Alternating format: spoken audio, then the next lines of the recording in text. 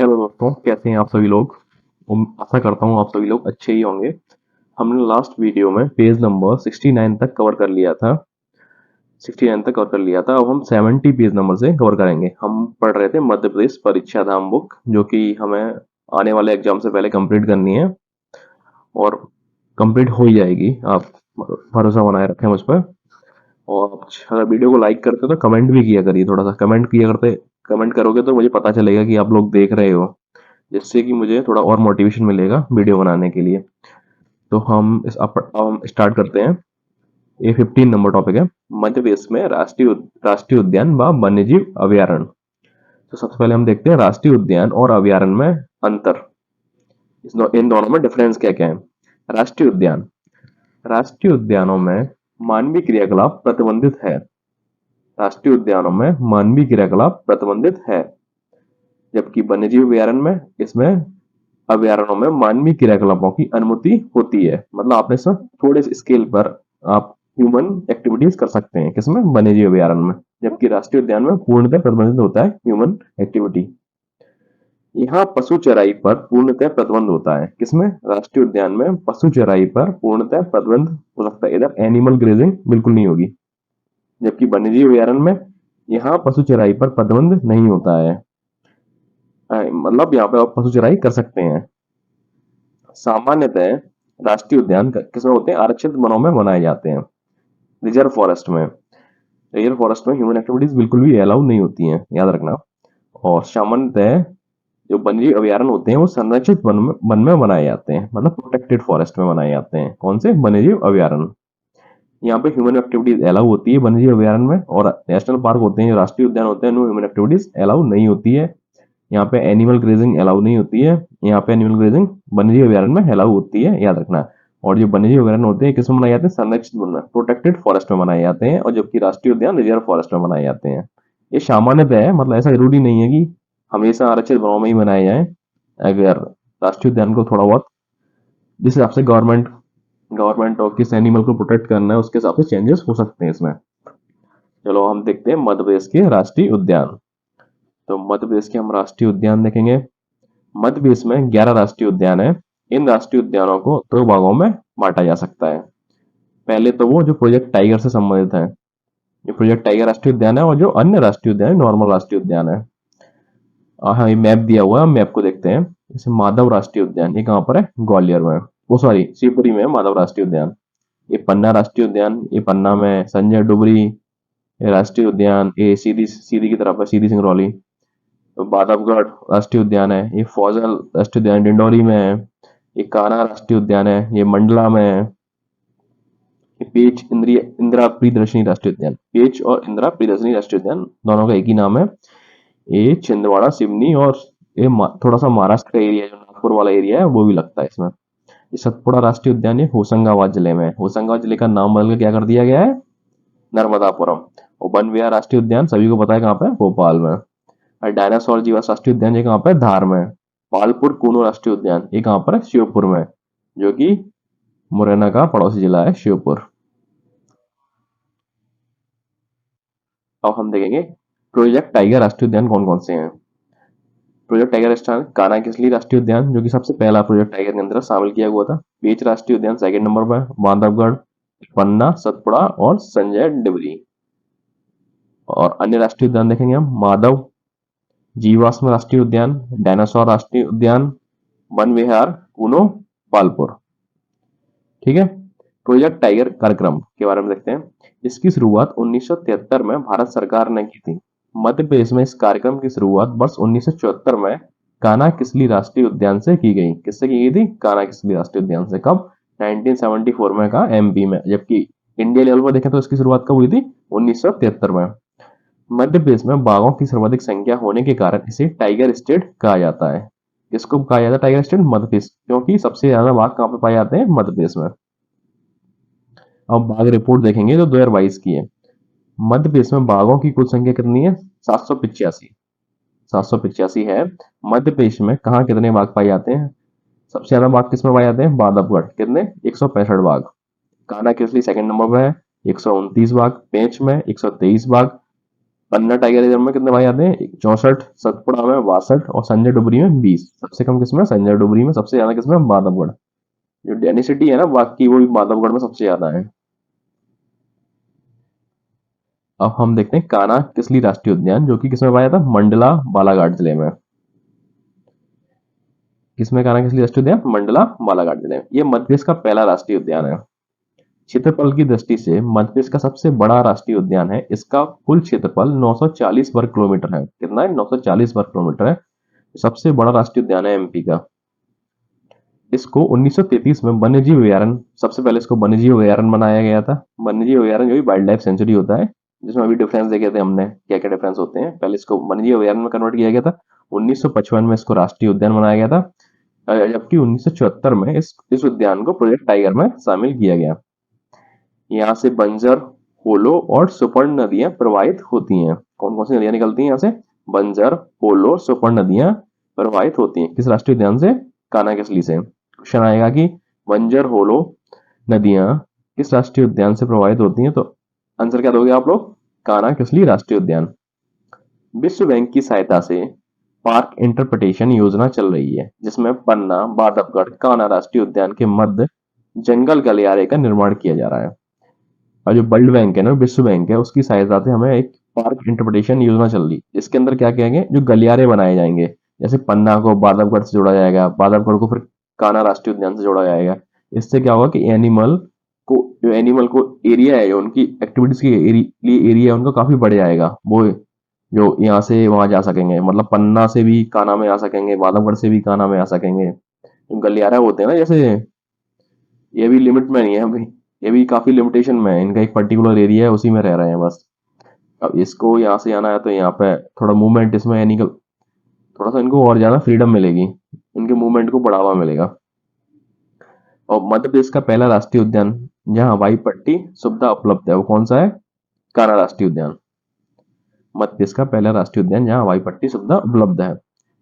Branderi प्रजाति का बारहसिंगा केवल इसी राष्ट्रीय उद्यान में पाया जाता है। जो बारहसिंगा है, जो जो कि मध्य प्रदेश का राजकीय पशु भी है, वो कहाँ पे पाया जाता है? कान्हा किसली में। और कौन सी प्रजाति का? ब्रेडरी। भारत का एकमात्र राष्ट्रीय उद्यान जिसने अपना शुभंकर मस्किट, शुभंकर क्या होता है? मस्किट 2017 में जारी किया था। शुभंकर का नाम है पूर सिंह द बारहसिंगा।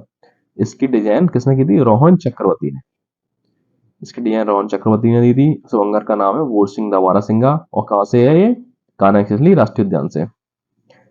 इस राष्ट्रीय उद्यान में भूर सिंह प्ले स्कूल प्रस्तावित है। एक भूर सिंह नाम से एक प्ले स्कूल है, वो बनाने जा रहे हैं। किसमें?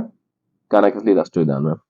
तेलंगाना की संस्था लेकोनिस की 2019 के अनुसार कान्हा किसली के बाघों के शरीर में मेटाबोलाइट्स नामक केमिकल पाया जाता है, जिसके कारण बाघ अत्यधिक तनाव में रहते हैं। एक तेलंगाना का एक इंस्टीट्यूट है लेकोनिस, जो कि बाघों पर स्टडी करता है। तो इसने पाया गया कि यहाँ पे जो कान्हा किसली में बाघ रहते हैं, जो उन पे एक एक केमिकल है उनके बॉडी में पाया जाता है, इसका नाम है मेटाबोलाइट्स। जिससे कि यहाँ पे इस राष्ट्रीय उद्यान के बाघ हैं, वो थोड़े तनावग्रस्त रहते हैं, जो कि अच्छी बात नहीं है। अब हम देखेंगे माधव राष्ट्रीय उद्यान, जो कहाँ पे? शिवपुरी में। इसे 1958 में राष्ट्रीय उद्यान का दर्जा दिया गया। किसे? सबसे पहले नेशनल पार्क बनाएंगे हम, नेशनल पार्क के बाद उसको हम प्रोजेक्ट टाइगर में शामिल करेंगे। जैसे हमने देखा था, इसको सबसे पहले इसको क्या बनाया गया था? वर्ल्ड लाइफ सेंचुरी बनाया गया था। कब? 1933 में इसको वन्यजीव अभयारण्य बनाया गया था। 1955 में इसको राष्ट्रीय उद्यान बनाया गया था। फिर 1974 में इसको प्रोजेक्ट टाइगर में शामिल किया गया था। क्योंकि चीजें होती हैं स्टेप बाई स्टेप होती हैं।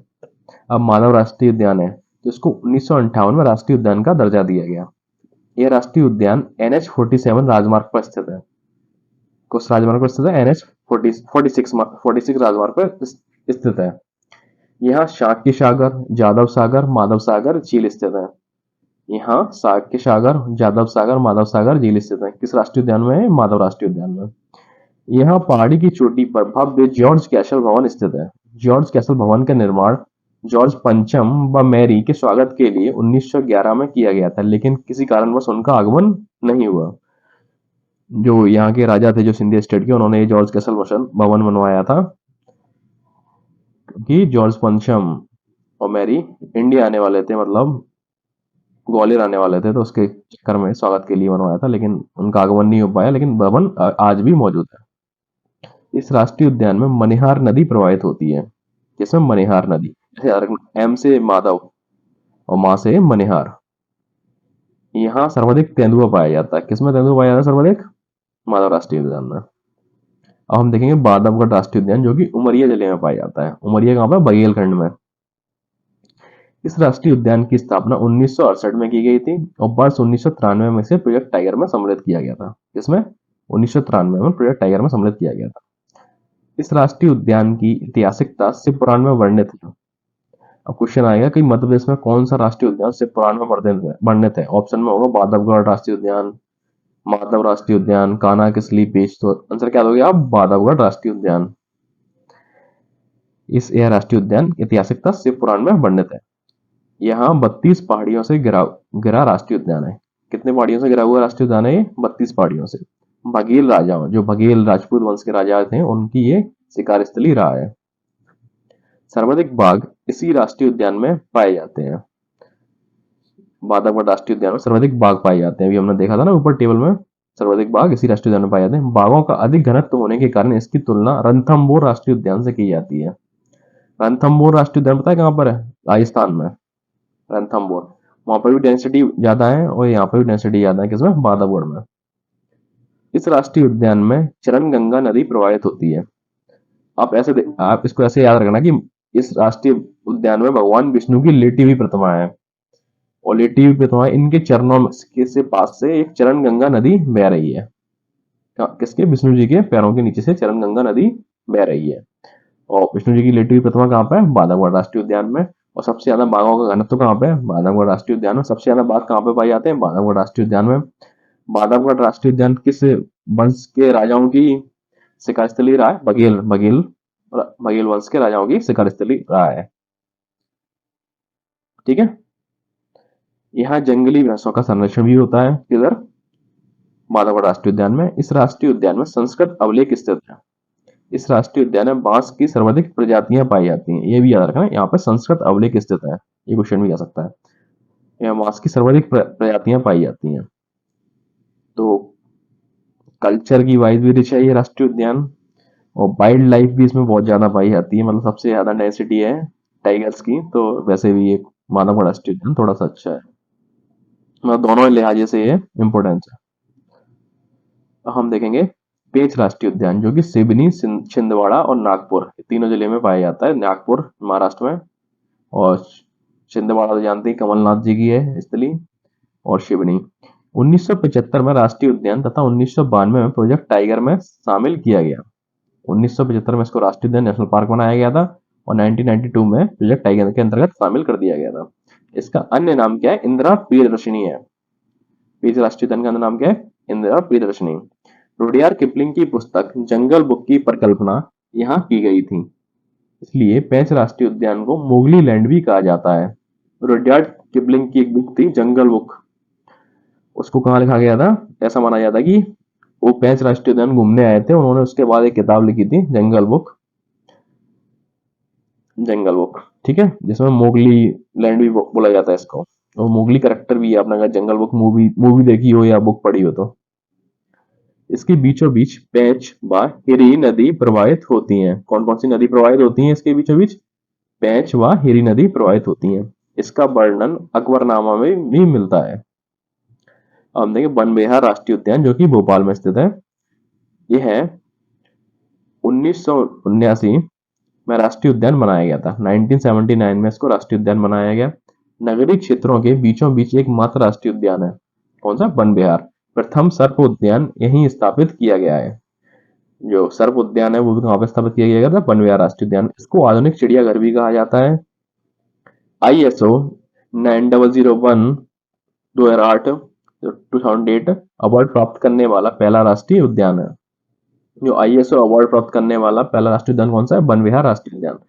यहाँ वर्ल्ड इंटरप्रिटेशन पार्क स्थित है, जिसमें पक्षियों को गोद लेने की योजना प्रारंभ है। अभी एक पक्षियों के गोद लेने की योजना प्रारंभ की है मध्य सरकार ने, वो किसमें है?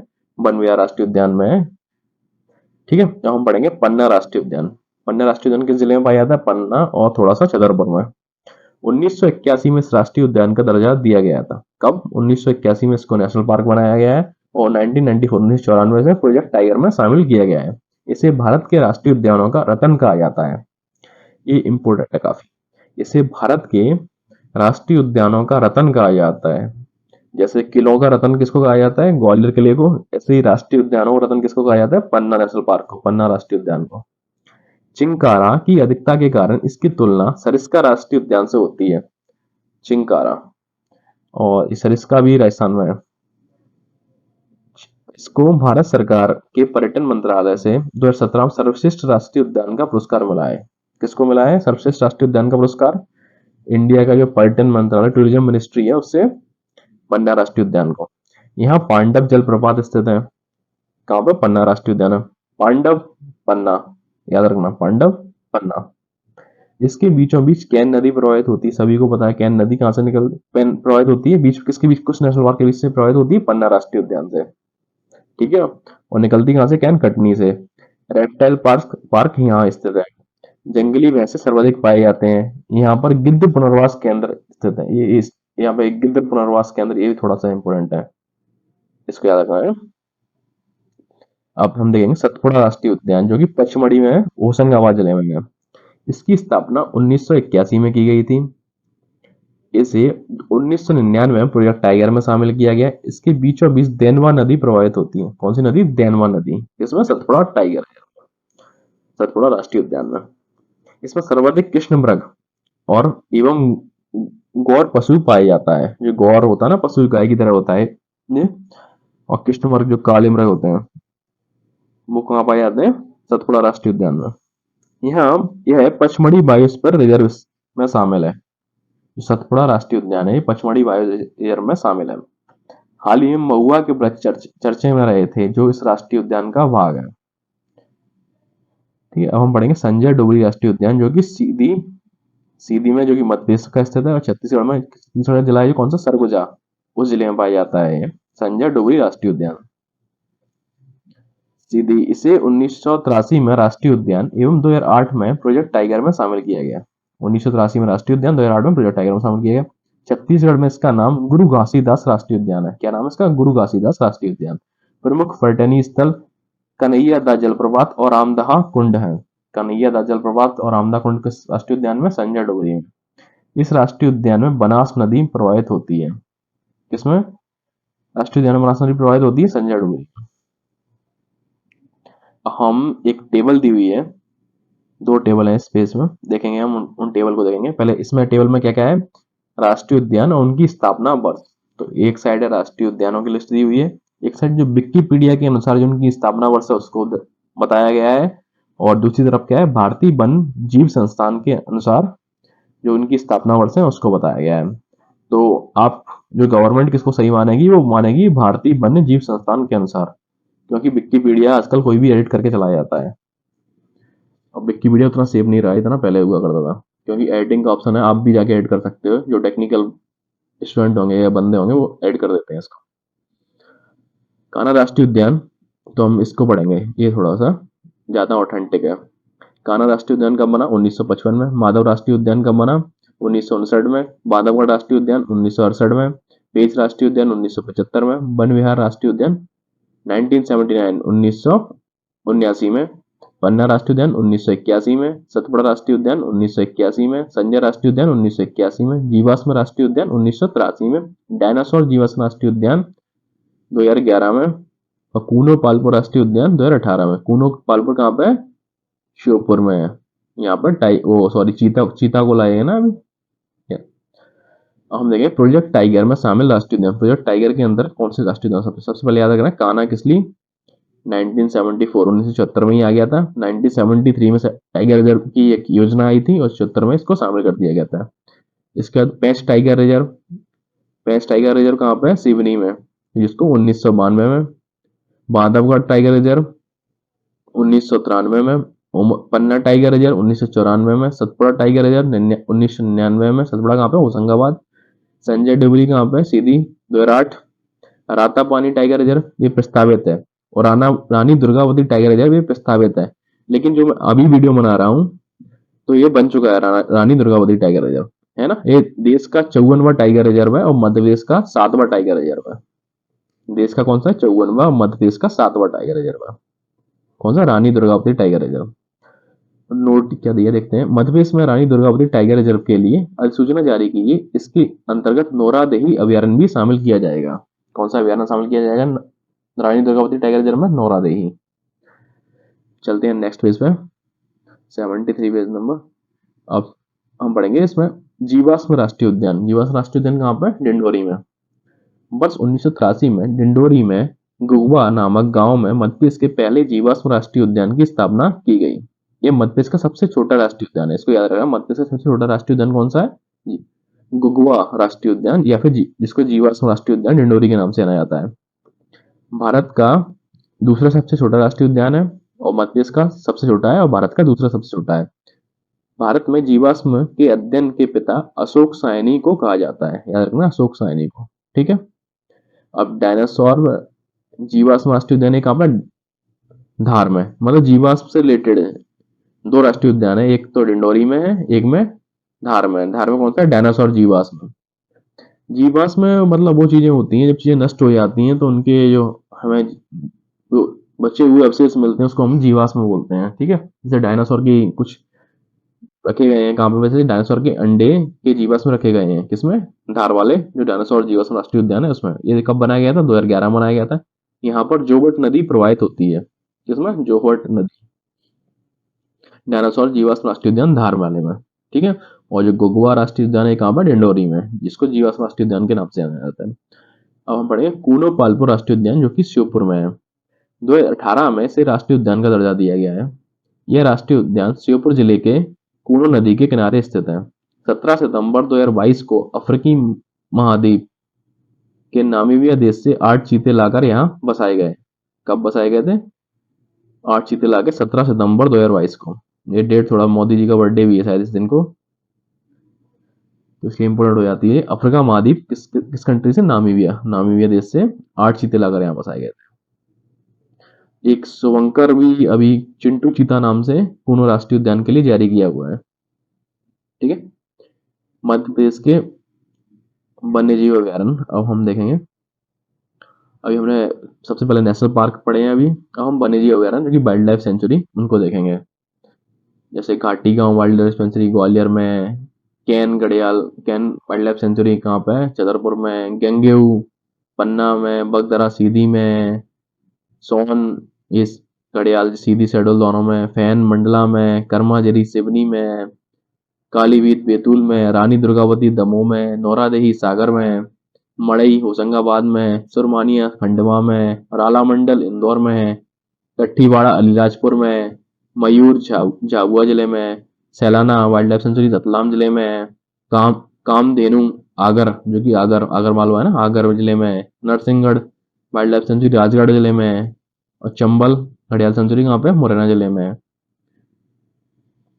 अब हम देखेंगे विशेष जंतुओं के संरक्षण के लिए अभ्यारण्य। मतलब कुछ वाइल्ड लाइफ सेंचुरी एक पर्टिकुलर एनिमल को टारगेट करने के लिए बनाई जाती हैं, मतलब उनके संरक्षण करने के लिए। जैसे टाइगर को संरक्षण करने के लिए टाइगर नेशनल पार्क बनाए गए ना, इसी प्रकार जो कुछ पर्टिकुलर विशेष जंतुओं के संरक्षण करने के लिए अभ्यारण्य भी बनाए जाते हैं। जैसे खरमौर पक्षी के लिए 2 अभ्यारण्य बनाए गए, सैलाना अभ्यारण्य जो कि रतलाम जिले में, सरदारपुर जो कि धार जिले में है। ठीक है। खरमौर पक्षी के लिए 2 अभ्यारण्य बनाए गए, सैलाना और सरदारपुर। एक कहाँ पर? रतलाम जिले में, दूसरा कहाँ पे? धार में। सरदारपुर जैसे याद रखना, धार दार और धार। ठीक है। और इसको ला से याद रखना, ला रतलाम, सैलाना रतलाम। अब सोन चिड़िया एक अभ्यारण्य है, ये कहाँ पे है? घाटी गांव जैसे ग्वालियर में। और घड़ियाल घड़ियाल के लिए 3 अभ्यारण्य है, चंबल जो कि मुरैना जिले में है, चंबल वाइल्ड लाइफ सेंचुरी के नाम से है, जो कि देवरी में स्थित है, मुरैना जिले में। कैन जो कि छतरपुर एवं पन्ना में, सोन ये सीधी व शहडोल में है। ठीक है। ये घड़ियाल के लिए 3 अभ्यारण्य है। कौन कौन से? चंबल पे, एक कैन पे, एक सोन पे है। चंबल वाला मुरैना में, कैन वाला छतरपुर एवं पन्ना में स्थित है, सोन वाला सीधी व शहडोल में स्थित है। अब हम देखें मध्य प्रदेश के प्रमुख अभ्यारण्य। मध्य प्रदेश में कुल अभ्यारण्य कितने हैं? 24 सितंबर 2022 तक है। अभी तक कोई नया बना देंगे उसके बाद पता नहीं, लेकिन अभी कितने? 24 है। और हमें नेशनल पार्क कितने हैं मध्य प्रदेश में? 6 नेशनल पार्क थे। 7वां कौन सा बन गया है? रानी दुर्गावती बन गया है। ठीक है, याद रखना 7वां नेशनल पार्क। तो 7 नेशनल पार्क हो गए हैं और प्रमुख अभ्यारण्य कितने हैं? 24 है। ठीक है। अब हम देखेंगे अभ्यारण्य किस एक टेबल है, इसमें अभयारण्य एक साइड अभयारण्य की लिस्ट दी हुई है, एक साइड जिले किस जिले में है और एक उनकी स्थापना वर्ष, किस वर्ष को वो स्थापित किए गए। खेवनी अभयारण्य देवास सीहोर में 1955 में। नरसिंहगढ़ देखा हमने कहाँ पर था, राजगढ़ में देखा 1974 में। इसको रॉक अभयारण्य के नाम से भी जानते हैं, किसको, नरसिंहगढ़ अभयारण्य को। सोन घड़ियाल अभयारण्य, इसको सीधी है शहडोल में, 1974 में बना था ये। रातापानी पहला अभयारण्य टाइगर प्रोजेक्ट प्रस्तावित है अभी 2018-19 में प्रस्तावित किया गया था। ये कहाँ पे, रातापानी याद रखना, रायसेन, रा से राता, रा से रायसेन। और सोन कहाँ पे, सीधी शहडोल। नरसिंहगढ़, तो गढ़ से याद रहेगा, गढ़गढ़, राजगढ़, ठीक है। बोरी अभयारण्य, देखो पता है सबसे ज्यादा सागौन पाया जाता है इसमें। बोरी अभयारण्य कहाँ पे, होशंगाबाद में। यहाँ पे पुलिस की ट्रेनिंग भी होती है बोरी के पास, होशंगाबाद। ये कब स्थापना कब हुई थी इसकी, 1977 में। चंबल घड़ियाल अभयारण्य, जो कि देवरी घड़ियाल केंद्र के नाम से जाना जाता है, मुरैना में स्थित है। इसकी स्थापना कब हुई थी, 1978 में। बगदरा अभयारण्य कहाँ पे, सीधी में। इसकी स्थापना कब हुई थी, 1978 में। गंगेऊ अभयारण्य, जो कि पन्ना में, इसकी स्थापना कब हुई थी, 1979 में, 1979। कैन घड़ियाल अभयारण्य छतरपुर में, पन्ना जिले में, 1981 में इसकी स्थापना हुई थी। पचमढ़ी अभयारण्य होशंगाबाद में, इसकी स्थापना डेट अभी कंफर्म नहीं है। घाटी गांव अभयारण्य कहाँ पे है, ग्वालियर में। इसकी स्थापना कब हुई थी, 1981 में। गांधी सागर अभयारण्य, जिसको गिद्ध संरक्षण परियोजना भी प्रस्तावित है, गांधी सागर कहाँ पे, मंदसौर में है। इसकी स्थापना 1981 में। फैन अभयारण्य, फैन मंडला में है, 1983 में। पनपठा अभयारण्य उमरिया में है। सैलाना दूसरा सबसे छोटा है, ये कहाँ पे है, रतलाम में है। और सरदारपुर अभयारण्य कहाँ पे है, दूधराज पक्षी के लिए प्रसिद्ध है। सरदारपुर अभयारण्य किसके लिए, दूधराज पक्षी के लिए प्रसिद्ध है। और हमने याद रखा धार से धार, धार जिले में स्थित है, ठीक है। इसको कब बनाया गया, 1983 में। और नौरादेही अभयारण्य, जो कि सबसे बड़ा अभयारण्य है, ये सागर जिले में प्रस्तावित है।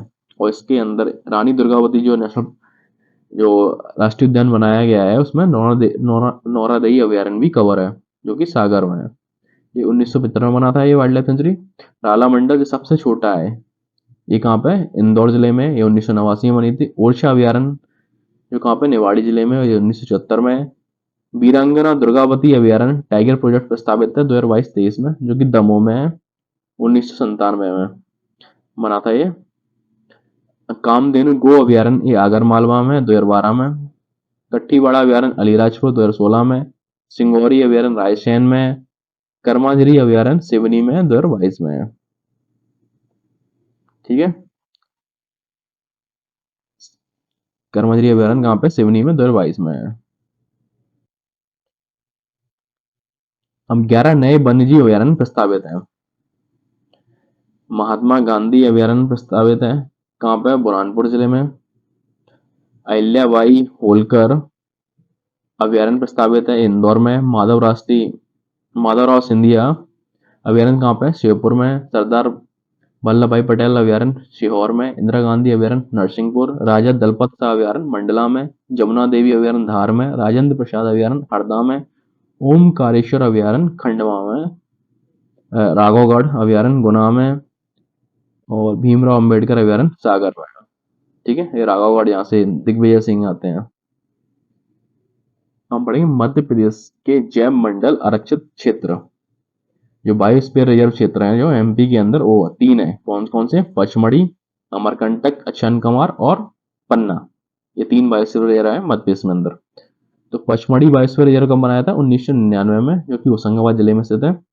सतपुड़ा राष्ट्रीय उद्यान एवं बोरी घाटी अभयारण्य शामिल हैं। इसमें कौन कौन से सतपुड़ा राष्ट्रीय उद्यान एवं बोरी घाटी अभयारण्य शामिल हैं। इसे 2009 में यूनेस्को की सूची में शामिल किया गया है। इसमें यूनेस्को की सूची में शामिल किया गया है। बड़ी गिलहरी व उड़ने वाली गिलहरी पाई जाती है। बड़ी गिलहरी व उड़ने वाली गिलहरी पाई जाती है, कभी आप जाओ तो देखना उड़ने वाली गिलहरी को। अमरकंटक अशांकमार में 2005 में मध्य प्रदेश एवं छत्तीसगढ़ में प्रस्तावित है। यहाँ पर सारस क्रैन पाए जाते हैं, किसमें, अमरकंटक में। इसे 2012 में यूनेस्को की सूची में शामिल किया गया। 2012 में किसको शामिल किया गया, अमरकंटक को। और पन्ना जैव मंडल आरक्षित क्षेत्र, जो कि पन्ना एवं छतरपुर जिले में, इसको कब 2011 बनाया गया, इनको याद रखना। ये 1999 में, उसके बाद 2005 में, उसके बाद 2011 में। ये 6-6 साल के अंतराल में बन रही है। 1999 में 6 साल बाद 2005 में, 2005 के 6 साल बाद 2011 में। ठीक है, कैन नदी बीचों बीच से गुजरती है पन्ना राष्ट्रीय उद्यान के और पन्ना जैव मंडल के भी, मतलब बायोस्फीयर रिजर्व के भी। इसके अंतर्गत गंगेय अभयारण्य, कैन अभयारण्य और पन्ना राष्ट्रीय उद्यान शामिल है। 2020 में पन्ना जैव मंडल को यूनेस्को की सूची में शामिल किया गया है। तो यूनेस्को की सूची में कब शामिल हुआ है ये हुआ है 2020 में, और पचमढ़ी हुआ था 2009 में, और अमरकंटक शान कमार का हुआ था 2012 में। ठीक है, अब हम देखेंगे एग्जाम प्रीमियर लीग। आईपीएल तो आप लोगों ने बहुत देखा है, अब ईपीएल देखेंगे। सबसे बड़ा अभयारण्य नौरादेही सागर, इसका क्षेत्रफल 1194.670 वर्ग किलोमीटर है। सबसे बड़ा अभयारण्य कौन सा है? नौरादेही, जो कि सागर में स्थित है। सबसे छोटा अभयारण्य राला मंडल इंदौर में स्थित है। इसका क्षेत्रफल कितना है? 2.340 वर्ग किलोमीटर, मतलब 2 किलोमीटर के आसपास है ये। मध्य प्रदेश का पहला वन्यजीव जागरूकता केंद्र राला मंडल इंदौर में स्थापित किया गया है। मध्य प्रदेश का सबसे बड़ा घड़ियाल केंद्र चंबल मुरैना में है। यहाँ पर डॉल्फिन का संरक्षण भी किया जाता है। White tiger safari Mukundpur Satna में है। इसका उद्घाटन 3 अप्रैल 2016 को हुआ। यहाँ सफेद शेरों को बसाया गया है। इसमें मुकुंदपुर में, मुकुंदपुर कहाँ पे है? सतना जिले में। यहाँ पे व्हाइट सफेद शेर है ना, व्हाइट लॉयन, उनको भी बसाया गया। राष्ट्रीय उद्यानों में सर्वाधिक संख्या में पाए जाने वाला पशु कौन सा है? चीतल। चीतल सबसे ज्यादा पाया जाता है। विश्व में प्रोजेक्ट टाइगर के जन्मदाता गैनी मैनफोर्ड को कहा जाता है। किसको कहा जाता है? गैनी मैनफोर्ड, जो प्रोजेक्ट टाइगर के जन्मदाता है। किसमें? वर्ल्ड लेवल पर, विश्व में। और भारत में किसको कहा जाता है? कैलाश सांखला को कहा जाता है। ठीक है, जंगल गलियारा के तहत कान्हा किसली बांधवगढ़ को जोड़ने का प्रस्ताव है। कान्हा किसली को और बांधवगढ़ नेशनल पार्क को जोड़ा जाएगा किसके द्वारा? जंगल गलियारे की तरह, जिससे कि एनिमल्स का मूवमेंट हो पाए एक जगह से दूसरी जगह। गिद्ध जनगणना 2021 के अनुसार प्रदेश में 9,408 गिद्ध पाए जाते हैं। मध्य प्रदेश के पन्ना जिले में सर्वाधिक गिद्ध पाए जाते हैं 1981। इसके लिए पन्ना राष्ट्रीय उद्यान भी फेमस है, इसमें सब गिद्ध पाए जाते हैं। और मध्य प्रदेश में सबसे बड़ा कैक्टस गार्ड कौन सा है? Sailana, cactus garden Sailana. और मध्य प्रदेश का पहला क्रोकोडाइल रिसर्च सेंटर भोपाल के बड़बदा में स्थापित किया जाएगा। पहला कहाँ से? भोपाल के बड़बदा में स्थापित किया जाएगा। अब हम देखेंगे परीक्षा उपयोगी तथ्य और मुद्दे। वन्य संबंधित अधिनियम। तो भारतीय वन अधिनियम कब आया था? 1927 में आया था। भारतीय वन्य जीव अधिनियम कब आया था? 1972 में आया था। ये वन्य जीव अभियान जो 1972 वाला है, ये थोड़ा सा महत्वपूर्ण है। भारतीय वन संरक्षण अधिनियम 1980 में आया था। भारतीय पर्यावरण संरक्षण अधिनियम कब आया? 1986 में। ये भी इंपॉर्टेंट है। कौन सा? 1986 वाला पर्यावरण संरक्षण अधिनियम। और जैव विविधता अधिनियम 2002 में आया था। तो ये 3 ज्यादा इंपॉर्टेंट है, 1972, 1986 और 2002 वाले। मतलब है तो सारे इंपॉर्टेंट, लेकिन ये 3 ज्यादा है। भारतीय वन संरक्षण 1980 का नाम बदलकर 2023 में वन संरक्षण एवं संवर्धन अधिनियम 1980 कर दिया गया है। और हमें एक टेबल दी हुई है। जब भी आपका एग्जाम हो तो सारी टेबल पढ़ लो बुक की। ये टेबल से ही पूरा सार निकल जाता है। मध्य प्रदेश के राष्ट्रीय उद्यान और उनसे गुजरने वाली नदियां। पन्ना राष्ट्रीय उद्यान से कौन सी नदी निकलती है? कैन। कान्हा राष्ट्रीय उद्यान से हमने पढ़ा था बंजर एवं हालोन। बांधवगढ़ राष्ट्रीय उद्यान से किसके चरण में? विष्णु जी के चरण से निकल रही कौन सी? चरण गंगा नदी। एम से माधव है तो मनिहार है। सतपुड़ा में देनवा। पेंच राष्ट्रीय उद्यान से तो पेंच निकलेगी, सबको पता है। और कानड़ नदी। और डायनासोर कहाँ पे है? डायनासोर जीवस राष्ट्रीय उद्यान किस तरह पे? धार की साइड है। तो कौन सी नदी निकलेगी वहां पे? जोवट नदी। तो याद रखना। ठीक है, हमने पेज नंबर 75 तक कवर कर लिया है। हम पढ़ेंगे 76। चिंटू चीता। अफ्रीकन चीतों के लिए श्योपुर जिले में स्थित कूनो पालपुर राष्ट्रीय उद्यान में जुलाई 2021 में चिंटू चीता नाम का शुभंकर जारी किया गया है। जो अफ्रीका के नामी भी ऐसे चीते लाए थे ना, 8 चीते लेके आए हैं हम, इनको वहां पे हमने स्थापित किया है कूनो नेशनल पार्क में, जो कि श्योपुर जिले में स्थित है। उसके लिए एक शुभंकर जारी हुआ है जिसका नाम है चिंटू चीता नाम से। ये फोटो है भाई साहब चिंटू चीता की। मैं तेज दौड़ कर आऊंगा, कूनो में बस जाऊंगा। ये कौन कह रहा है? चिंटू चीता कह रहा है ये। और मुगली उत्सव कहाँ मनाया जाता है? पेंच राष्ट्रीय उद्यान में। स्थानीय लोगों के अनुसार मुगली सिवनी जिले के अमोदागढ़ में पाया गया था, इसलिए मुगली उत्सव पेंच राष्ट्रीय उद्यान सिवनी में 2004 में से बनाया जा रहा है। ठीक है, कब से बनाया जा रहा है? 2004 से। कहाँ पे? पेंच राष्ट्रीय उद्यान में। इसको रुडयार्ड किपलिंग की जो बुक थी ना, जंगल बुक, वो उसको भी कहाँ से प्रेरणा मिली थी? पेंच राष्ट्रीय उद्यान को देखकर। ठीक है, Mukundpur white tiger safari.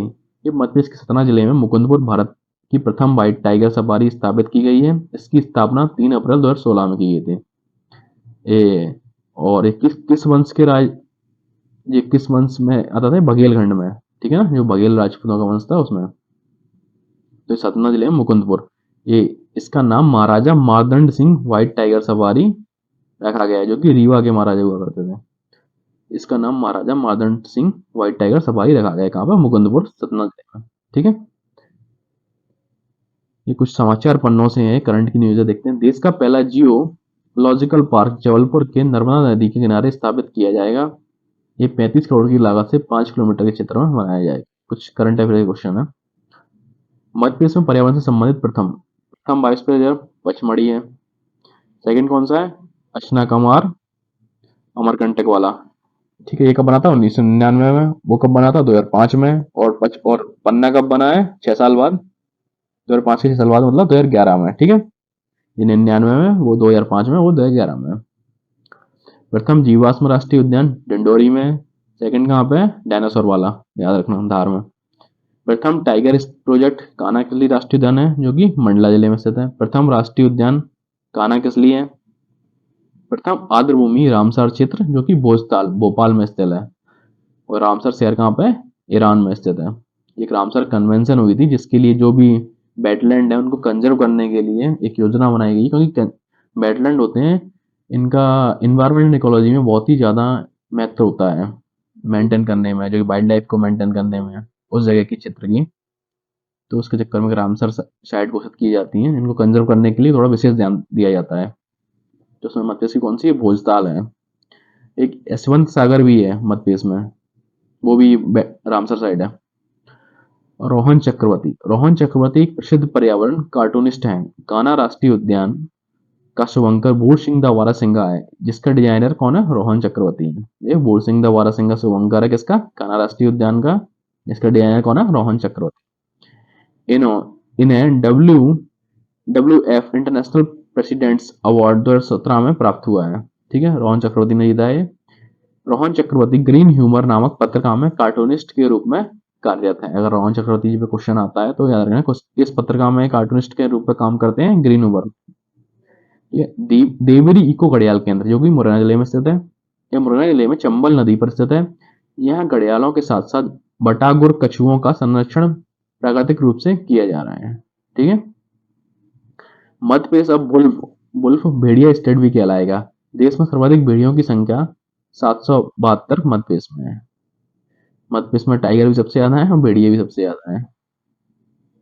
Indore regional park Madhya Pradesh का अटल बिहारी वाजपेयी पार्क इंदौर में स्थित है। यह इंदौर रीजनल पार्क और पिपलिया पाला पार्क के नाम से भी अधिक जाना जाता है। या तो इसको इंदौर रीजनल पार्क के नाम से जाना जाता है, या अटल बिहारी वाजपेयी पार्क के नाम से, या पिपलिया पार्क के नाम से, क्योंकि पिपलिया जगह पर स्थित है ये। इसकी स्थापना 2003 में की गई थी। किसकी? इंदौर रीजनल पार्क की। Of चौसिंगा four horn antelope Madhya Pradesh में चौसिंगा, कान्हा और पेंच राष्ट्रीय उद्यान में पाया जाता है। जो एक एंटीलोप होते हैं, मृग होते हैं चौसिंगा, इनके 4 सिंग होते हैं।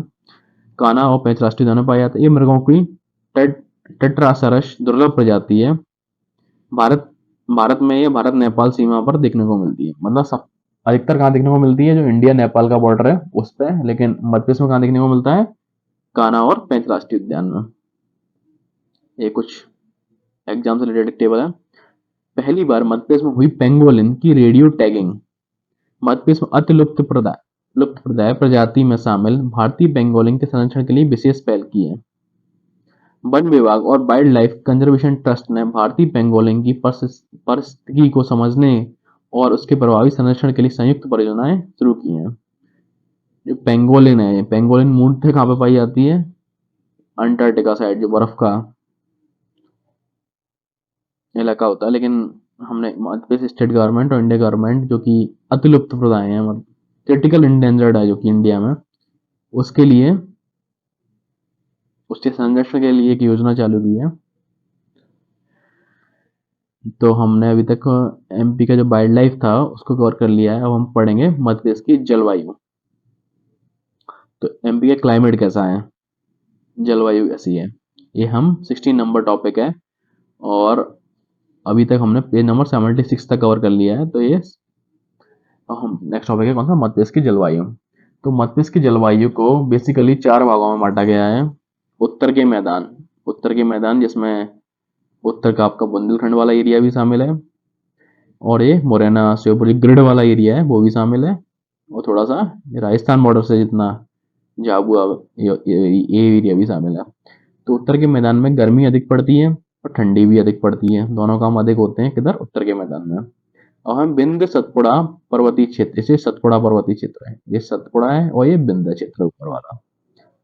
तो यहाँ पर गर्मी कैसी रहती है, साधारण गर्म होती है लेकिन ठंडी अधिक ठंडी होती है, और इस रीजन में वर्षा भी अधिक होती है, याद रखना। और नर्मदा घाटी क्षेत्र है जो कि नर्मदा नदी के दोनों तरफ है, इसको क्या बोलते हैं, नर्मदा घाटी क्षेत्र। यहाँ पर गर्मी अधिक है लेकिन ठंडी साधारण ठंडी है। लेकिन मालवा पठार की जो जलवायु वो सबसे अच्छी है, गर्मी भी साधारण गर्म है, ठंडी भी साधारण ठंड है। ये उत्तर के मैदान में दोनों चीजें एक्सट्रीम है, मतलब अधिक गर्मी है अधिक ठंडी है, या लेकिन मालवा के पठार में दोनों चीजें नॉर्मल है, साधारण गर्मी है साधारण ठंडी है। और बिंद में क्या है, साधारण गर्मी है ठंडी अधिक है, और नर्मदा घाटी क्षेत्र में उसका उल्टा है, मतलब गर्मी अधिक है और ठंडी साधारण है। ठीक है, ये दोनों विपरीत है, बिंद और नर्मदा, और ये दोनों विपरीत है, उत्तर का मैदान और मालवा का पठार। तो हम देखेंगे मध्य प्रदेश की जलवायु। मौसम, मौसम क्या होता है, एक छोटी टर्म है, जो वायुमंडल में अल्पकालीन परिवर्तन होता है उसको हम कहते हैं मौसम। जो जलवायु होती है इसे हम क्लाइमेट बोलते हैं, मौसम को क्या बोला जाता है, वेदर। वेदर एक छोटी टर्म है जो कि अल्पकालीन होती है, लेकिन जो क्लाइमेट होता है, जो जलवायु होती है, वो दीर्घकालीन है, जो लॉन्ग टर्म प्रोसेस है। ठीक है। अब हम देखें मध्य प्रदेश की जलवायु, उष्ण कटिबंधीय मानसूनी जलवायु और महाद्वीपीय जलवायु से कॉन्टिनेंटल जलवायु भी बोलते हैं। उष्ण कटिबंधीय कहीं मध्य से कर्क रेखा के गुजरने के कारण यहाँ पर उष्ण कटिबंधीय मानसूनी जलवायु पाई जाती है। और मध्य प्रदेश क्या है, एक लैंडलॉक स्टेट है, भू अवशिष्ट राज्य होने के कारण यहाँ पे कॉन्टिनेंटल जलवायु भी पाई जाती है, क्योंकि कोई भी सीमा समुद्र से नहीं लगती है ना, इस चक्कर में। जो कोपनहेगर थे उन्होंने मध्य प्रदेश की जलवायु को किस्मों 3 भागों में बांटा गया है। इसको क्या कहते हैं, वर्गीकरण किया हुआ है। एक आर्द्र उष्ण भूमध्य सागरीय जलवायु, उष्ण कटिबंधीय सवाना जलवायु, सवाना कहाँ पे है, अफ्रीका में। आर्द्र उष्ण शुष्क जलवायु, मतलब सवाना से उससे मिलती जुलती जलवायु है वो कोई, तो उसको इस भाग में डाल दिया गया AW में। जो आर्द्र उष्ण शुष्क जलवायु होगी उसको BSS में डाल दिया गया है, मतलब शुष्क मतलब यहाँ पर थोड़ी सी वर्षा और कम होती होगी, शुष्क थोड़ा रहता होगा। जो आर्द्र उष्ण भूमध्य सागरीय जलवायु होती होगी, भूमध्य सागरीय जलवायु जो कि मेडिटेरियन सी है उससे रिलेटेड होगी, जिसको हम CWG बोलते हैं। इसको ये सबसे ज्यादा पाई जाती है मध्य प्रदेश के अंदर, कौन सी सबसे ज्यादा, CWG, जबलपुर ग्वालियर सिंगरौली कटनी रीवा इन सब में पाई जाती है। उष्ण कटिबंधीय सवाना जलवायु इंदौर भोपाल देवास रतलाम उज्जैन, जिसको AW बोलते हैं। और आर्द्र उष्ण शुष्क जलवायु बोलते हैं BSS, जिसको बुरहानपुर भिंड मुरैना खरगोन में। सबसे ज्यादा कौन सी पाई जाती है, CWG।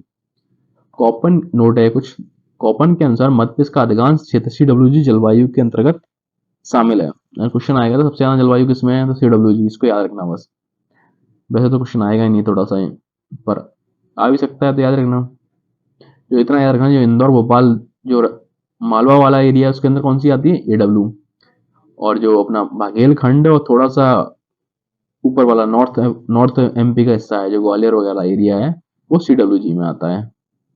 ठीक है। और जहाँ पर सबसे कम वर्षा होती है, जो BSH, जैसे नाम से पता चल रहा है, शुष्क शुष्क जलवायु, BSH, जैसे बुरहानपुर भिंड मुरैना खरगोन आदि।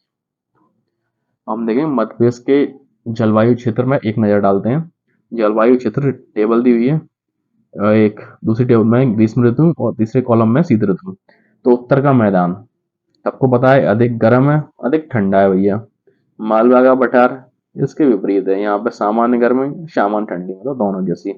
बिंद सतपुड़ा पर्वतीय क्षेत्र, यहाँ पे सामान्य गर्मी होगी, वहीं वर्षा भी इधर ज्यादा होती है सतपुड़ा वाले एरिया में, और अधिक ठंडी है। और नर्मदा घाटी क्षेत्र में अधिक गर्मी रहेगी सामान्य ठंडी रहेगी। ठीक है। मध्य प्रदेश जलवायु क्षेत्र विस्तृत वर्णन में आप थोड़ा सा और ज्यादा इनका एक्सप्लेन किया हुआ है इस पेज के अंतर्गत। ये पेज नंबर 78 है। तो हम देखेंगे उत्तर का मैदानी क्षेत्र। समुद्र से दूर स्थित होने के कारण उत्तर के मैदानी क्षेत्र की जलवायु महाद्वीपीय प्रकार की है, मतलब कैसी कॉन्टिनेंटल टाइप की है, जिस कारण यहाँ ग्रीष्म ऋतु में अधिक गर्मी होती है और शीत ऋतु में अधिक अधिक ठंडी होती है। गर्मियों में उत्तर के मैदानों का क्षेत्र का औसतन तापमान 40 डिग्री सेल्सियस से लेकर 45 डिग्री सेल्सियस तक है तथा शीत ऋतु में 15 डिग्री सेल्सियस से 18 डिग्री सेल्सियस के मध्य रहता है। शिवपुरी, ग्वालियर, गुना, भिंड, मुरैना इस क्षेत्र के प्रमुख शहर हैं। किसमें? उत्तर का मैदानी क्षेत्र यहाँ पे कॉन्टिनेंटल है। जो कॉन्टिनेंटल, जैसे हम वर्ल्ड मैप का देखें तो वर्ल्ड मैप में जो आपने सारा डेजर्ट है, जो थार डेजर्ट है, एक किस्म आते हैं कॉन्टिनेंटल में आते हैं। यहाँ पर गर्मी पड़ती है, दबा की गर्मी पड़ती है, और सर्दी भी पड़ती है तो सर्दी भी अच्छी पड़ती है। मतलब दिन का टेम्परेचर 60 डिग्री होता है तो माइनस का, और रात का टेम्परेचर -5 डिग्री तक पहुंच जाता है। मतलब इतना अंतर रहता है जैसे कॉन्टिनेंटल जलवायु में। और ऐसी स्थिति मध्य प्रदेश में किन जिलों में बनती है? शिवपुरी, ग्वालियर, गुना, भिंड, मुरैना में। मतलब वो जो थोड़ा एक्सट्रीम लेवल पे, थोड़ा ये कम एक्सट्रीम लेवल, ये 40 डिग्री से 45 डिग्री सेल्सियस तक जाता है और शीत ऋतु में 15 डिग्री से 18 डिग्री सेल्सियस के मध्य रहता है। और मालवा का पठार, यहाँ पर ना ज्यादा ठंडी पड़ती है ना ज्यादा गर्मी पड़ती है।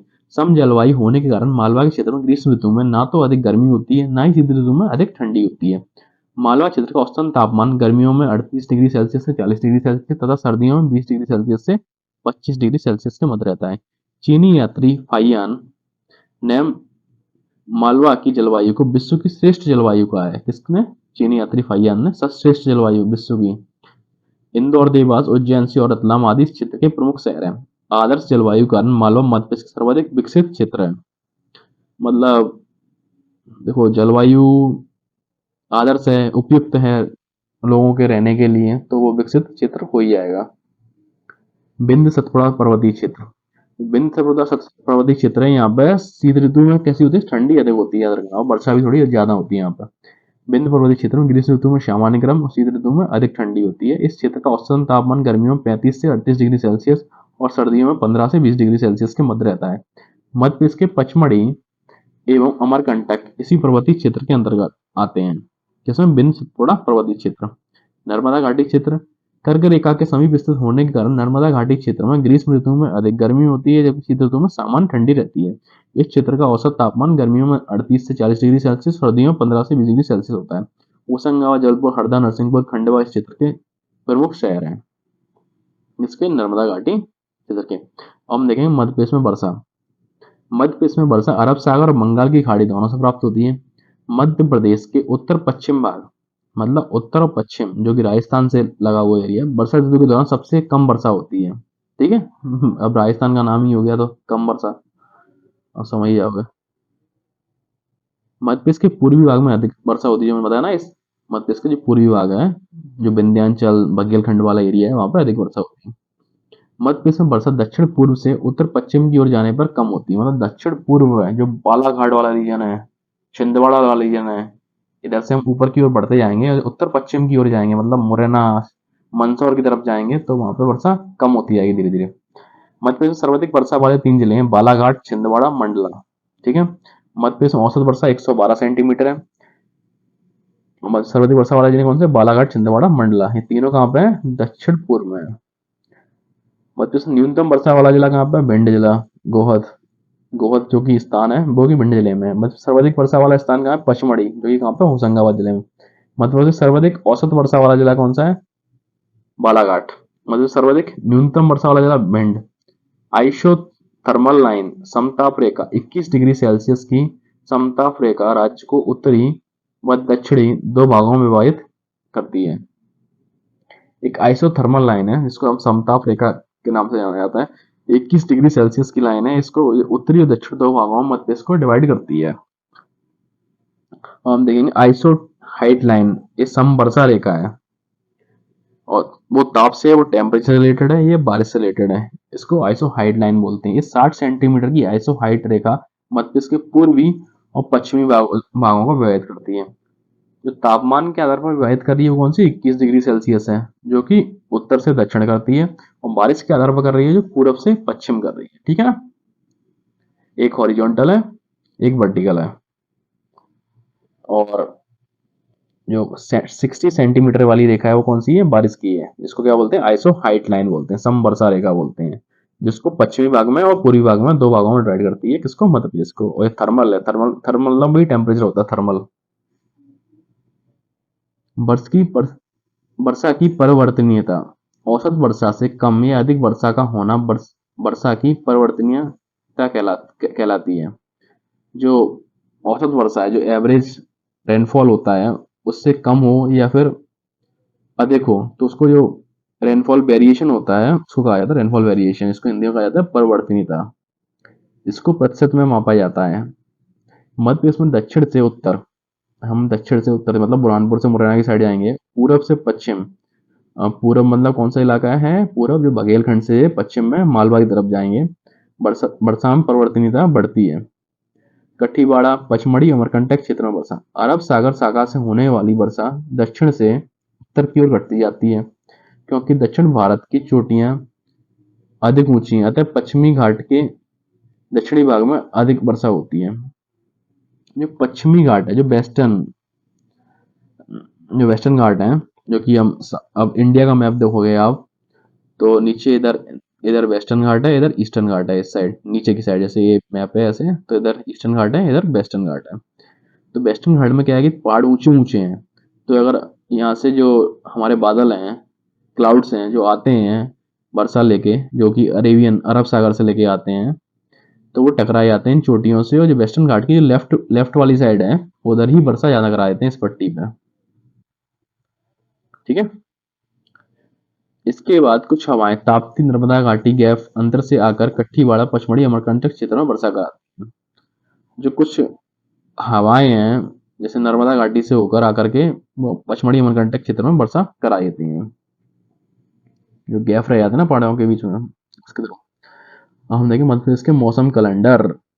ये वहाँ एक स्थिति है, जनवरी में कैसा रहता है, न्यूनतम तापमान रहता है मतलब कम रहेगा। फरवरी में पश्चिमी विक्षोभ, जो वेस्टर्न डिस्टर्बेंस होता है ना, पश्चिमी विक्षोभ, जो कहाँ से होता है वेस्टर्न डिस्टर्बेंस, यूरोप से, जो कि मेडिटेरियन सी है ना वहाँ पे यूरोप के अंदर से। जो कभी कभी मैंने देखा है वेस्टर्न डिस्टर्बेंस के कारण जो सर्दियों में फरवरी और मार्च में कभी कभी बारिश होने लगती है, वो किसके कारण होती है, वेस्टर्न डिस्टर्बेंस के कारण, पश्चिमी विक्षोभ के कारण।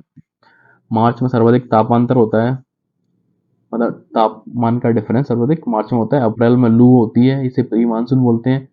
मई सर्वाधिक गर्म महीना होता है, इसमें भी लू होती है। जून ग्रीष्मकालीन मानसून, जुलाई ग्रीष्मकालीन मानसून, अगस्त ग्रीष्मकालीन मानसून, सितंबर ग्रीष्मकालीन मानसून।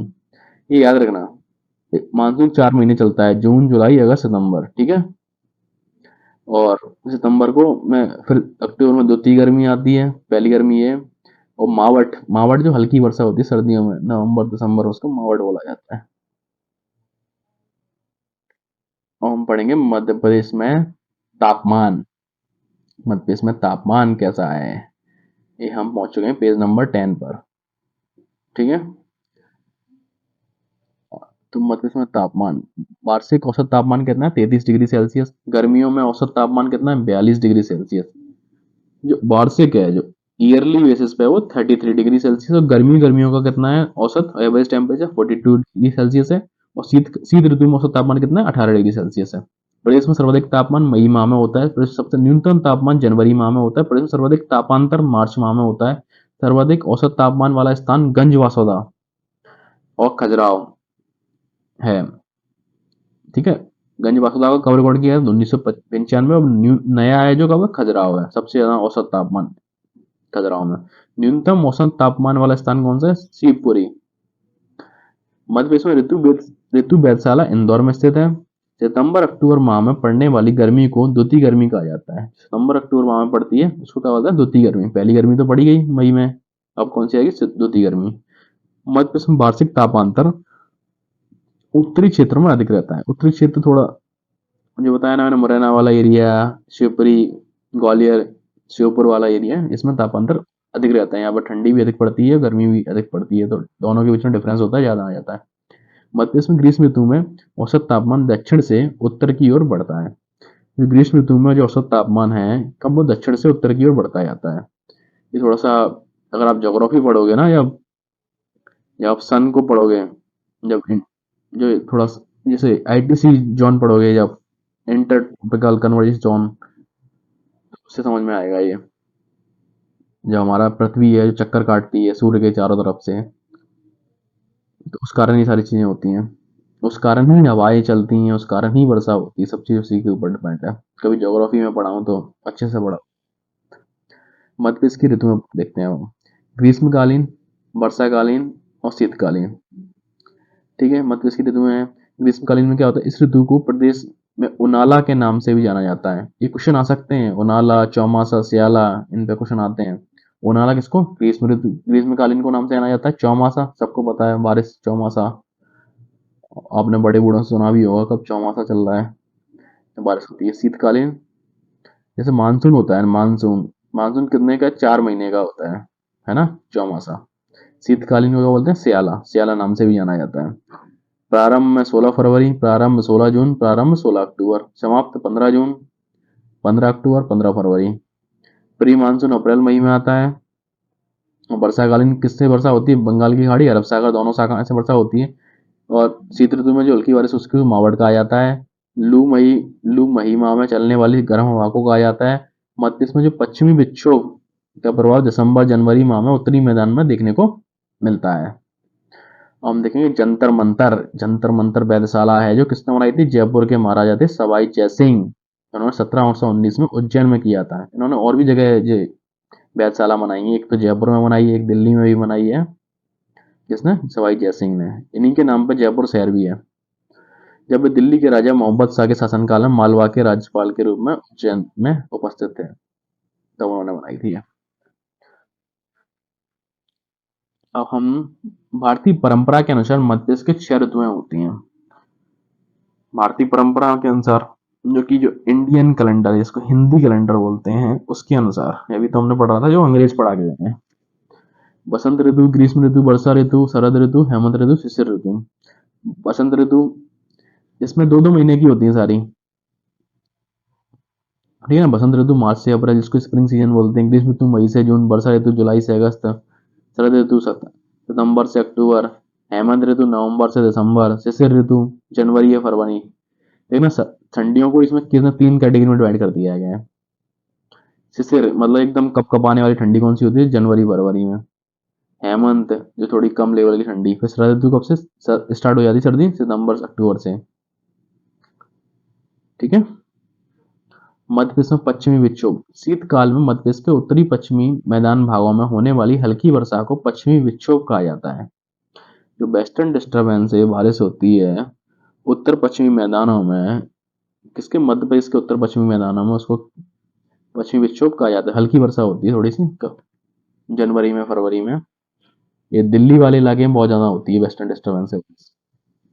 ये वर्षा रबी की फसल जैसे गेहूं, सरसों, चना, रबी आदि के लिए लाभदायक होती है। और रबी की फसल कब बोई जाती है, अक्टूबर में, याद रखना। रबी की फसल कैसे, सर्दियों की फसल है। रबी, रबी मतलब सूर्य। हम सूर्य के नीचे कब बैठते हैं, सर्दियों में बैठते हैं ना, धूप चाहिए होती है, तो इससे रबी, रबी कब, सर्दियों वाली फसल है। ठीक है। और खरीफ बारिश वाली फसल है, खरीफ। मध्य प्रदेश में मानसून, मध्य प्रदेश शीतकालीन मानसून। मध्य प्रदेश में नवंबर दिसंबर में हल्की बारिश का होना शीतकालीन मानसून कहलाता है। जो हल्की बारिश होती है किसमें, नवंबर दिसंबर, उसको शीतकालीन मानसून कहा है। ये मानसून गेहूं, चना, सरसों, मटर आदि रबी की फसलों के लिए लाभदायक होता है। और रबी की फसल कब होती है, अक्टूबर से। शीतकालीन एरिया में जब हम रवि देखने के लिए तरसते हैं, सूर्य को देखने के लिए, धूप लेने के लिए तरसते हैं, तो उसको बोला रबी की फसल। ये थोड़ा मैं एक क्लू बता रहा हूँ याद करने के लिए। मध्य प्रदेश में ग्रीष्मकालीन मानसून, मध्य प्रदेश में जून जुलाई बारिश का होना ग्रीष्मकालीन मानसून कहलाता है। यह मानसून चावल, सोयाबीन, मक्का आदि खरीफ की फसलों के लिए लाभदायक होता है। ठीक है। सोयाबीन, मक्का और चावल, चावल के लिए भी पानी ज्यादा चाहिए होता है, सोयाबीन के लिए थोड़ा पानी ज्यादा चाहिए होता है, तो ये खरीफ की फसलें हैं। बुंदेलखंड सूखाग्रस्त क्षेत्र, दक्षिण पश्चिम मानसून की बंगाल की खाड़ी की शाखा से, जिसको साउथ वेस्ट मानसून बोलते हैं, से पवनें जब कोलकाता से उत्तर मैदान के भारत में प्रवेश करती हैं, तब फेरल के नियम के अनुसार कोरियोलिस बल के कारण ये पवनें अपने मार्ग से दाहिनी ओर मुड़ जाती हैं, यानी हिमालय की शिवालिक श्रेणियों की तरफ अच्छी खासी वर्षा करती हैं। इसी कारण से प्रायद्वीप भारत में उत्तरी भाग, उत्तर प्रदेश और मध्य प्रदेश में फैला हुआ बुंदेलखंड क्षेत्र सूखा रह जाता है। जो कोरियोलिस फोर्स होती है, जैसे कि आपने जो इक्विलेटरल लाइन होती है ना, इक्विलेटरल लाइन 0 डिग्री वाली, उससे अगर हम कोई भी चीज ऐसे जाएगी ऊपर की तरफ जाएगी तो वो राइट हैंड में मूव करती है, राइट हैंड में। और उससे ऐसे ए इक्वेटोरियल लाइन है, मान लो ये लाइन है, एग्जाम हेल्प है, ये इक्वेटोरियल लाइन है, तो इसके ऊपर वाला एरिया ये राइट हैंड में मूव करेगा, मतलब ऐसे ऐसे मूव करेगी। और यहाँ से अगर नीचे से आएगी तो ये लेफ्ट हैंड में मूव करेगी ऐसे। इसको कोरियस बल कहते हैं, ये कि अर्थ जो रोटेट करती है ना उस कारण होता है। तो उसी कारण की वजह से हमारा बुंदेलखंड वाला ये एरिया है बेचारा, वो सूखाग्रस्त रह जाता है। और इसकी वर्षा कहाँ पर हो जाती है, आगे हिमालय में, शिवालय की श्रेणियों में अच्छी बारिश हो जाती है, ये सूखाग्रस्त रह जाता है। किसकी वजह से, कोरियस। हम देखेंगे मध्य प्रदेश में वर्षा वर्षा का वितरण कैसा है भाई। वर्षा का वितरण सभी को पता है, ऊपर वाला एरिया उत्तर, नीचे वाला दक्षिण, इधर वाला राइट वाला पूर्व, इधर लेफ्ट वाला पश्चिम। एक टेबल दी हुई है, इसको याद रखना, उत्तर ऊपर दक्षिण पूर्व पश्चिम। और भाई मध्य प्रदेश का मैप दिया हुआ है, निम्न वर्षा क्षेत्र, ये शुष्क क्षेत्र में आता है ना, ये वाला पूरा इलाका हमने देखा था, शुष्क जलवायु। तो यहाँ पर न्यूनतम वर्षा होती है, सबसे कम वर्षा कहाँ पर होती है, गोहद में। औसत वर्षा कहाँ पर होती है, बघेलखंड वाले इलाके में।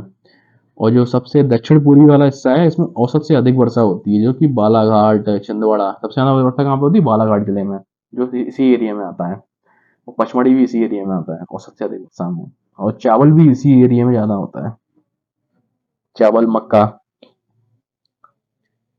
और औसत से कम कम वर्षा, औसत से कम वर्षा मालवा में होती है, इस वाले इलाके में। औसत वर्षा किसमें होती है, ये बघेलखंड में। औसत से अधिक वर्षा सबसे दक्षिण पूर्वी क्षेत्र में होती है। और सबसे कम वर्षा कहाँ पे होती है, जो मुरैना, ग्वालियर, गुना वाला ये इलाका है, इसमें न्यूनतम वर्षा, जो भिंड में है, ये सब। ठीक है। हम दक्षिण से उत्तर की ओर जाने पर वर्षा की मात्रा कम होती है, जैसे ऊपर से इधर से गए तो यहाँ पर अधिक वर्षा हो रही है, और ये फिर औसत वर्षा हो रही है, फिर यहाँ पर कम वर्षा हो रही है। ऐसे इधर से आएंगे हम दक्षिण से उत्तर, तो यहाँ पे वर्षा कम हो रही है। ऐसे ही हम राइट से लेफ्ट जाएंगे थे तब यहाँ पे भी कम होती है। पूरब से पश्चिम जाने पर वर्षा की मात्रा कम होती है, मतलब ये पूरब है ये इलाका, ये पश्चिम है, तो पूरब से पश्चिम जाएंगे तब भी वर्षा कम होती है। तो मध्य प्रदेश की जलवायु को प्रभावित करने वाले कारक देखते हैं। भू अवशिष्ट, मतलब चारों ओर भूमि से घिरा होने के कारण यहाँ तापमान अंतर अधिक पाया जाता है। जैसे कॉन्टिनेंटल जलवायु होती है ना, जो लैंडलॉक स्टेट है ना मध्य प्रदेश, हर तरफ जमीन जमीन है, समुद्र नहीं है। इसको क्या बोलते हैं, हम हिंदी में बोलते हैं भू अवशिष्ट। कर्क रेखा कहाँ से निकलती है, मध्य प्रदेश के बीचों बीच से गुजरती है। तो हमें यहाँ पे कैसी बर्फबारी होगी, कर्क रेखा से मध्य प्रदेश के बीच में गुजरने के कारण अधिक गर्मी होती है।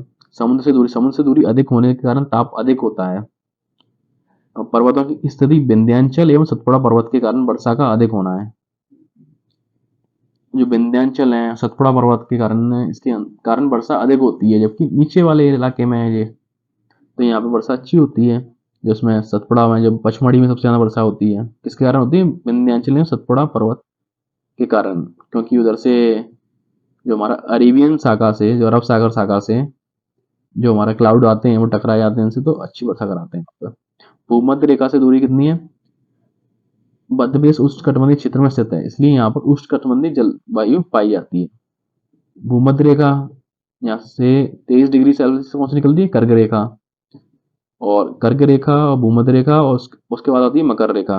तो कर्क रेखा से लेकर मकर रेखा, इस पूरी जलवायु को क्या बोलते हैं, उष्णकटिबंधीय जलवायु बोलते हैं। और मध्य प्रदेश उसका पार्ट है, तो इसलिए मध्य प्रदेश में भी उष्णकटिबंधीय क्षेत्र में स्थित है, उसको बोलते हैं। पठार, पठारा एवं उच्च की अधिकता में सम जलवायु बनाते हैं।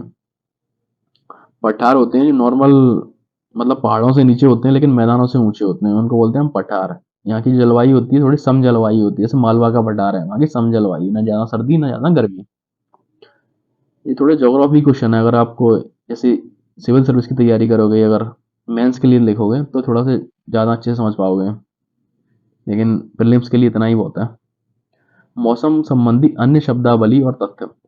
21 जून को कर्क रेखा पर सूर्य के सीधे चमकने से उत्तरी गोलार्ध में सर्वाधिक सूर्य किरणें प्राप्त होती है।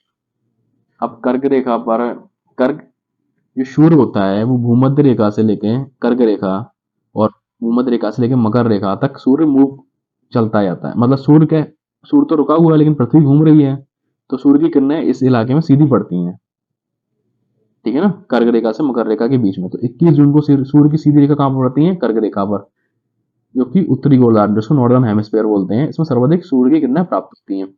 चूंकि मध्य से कर्क रेखा गुजरती है, इसलिए मध्य में सर्वाधिक सूर्य किरणें कब आती है? 21 जून को।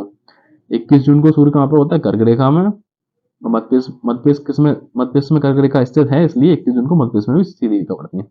ताप लहर, लू, अगर गर्मी पड़ेगी तो यहाँ पर ज्यादा गर्मी होगी, वहां पर लू भी चलती है। लू प्राय ग्रीष्म ऋतु में उत्तर भारत में चलने वाली गर्म स्थानीय हवा है। वायु के संपर्क से आने से जब शरीर का तापमान 40 डिग्री सेल्सियस या उससे अधिक होने की संभावना हो, ऐसी वायु को लू कहा जाता है। जब शरीर का तापमान कितना हो? 40 डिग्री सेल्सियस हो या उससे अधिक होने की संभावना हो, तो ऐसी वायु को लू कहा जाता है। आप घूम रहे हैं और आप किसी किसी वायु के कांटेक्ट में आए, संपर्क में आए, और आपका बॉडी का टेम्परेचर 40 डिग्री से ऊपर चला गया, तो उसको हम क्या कहेंगे? लू कहेंगे। और लू क्या है? एक लोकल फिनोमेना है, मतलब स्थानीय फिनोमेना है, ये ग्लोबल लेवल पर देखने को नहीं मिलता है। एस चंद्रशेखर वेधशाला इंदौर में राजा रमन्ना लेजर अनुसंधान केंद्र के समीप स्थित है। कहाँ पे है? राजा रमन्ना लेजर केंद्र के समीप स्थित है। कौन से? एस चंद्रशेखर वेधशाला। तो हमने पेज नंबर 80 तक कवर कर लिया गया है। अब आगे का हम नेक्स्ट वीडियो में कवर करेंगे। अगर आपको वीडियो पसंद आती है तो लाइक करिए, सब्सक्राइब करिए और कमेंट भी करिए थोड़ा सा, इसलिए मोटिवेशन मिलेगा मुझे वीडियो बनाने का। मैंने अभी तक वीडियो इसलिए नहीं बनाई थी क्योंकि मुझे पता ही नहीं था कोई देख रहा है या नहीं देख रहा है, और कुछ कमेंट आए तो ना मैं इसको जारी रखूंगा इस सीरीज को। धन्यवाद।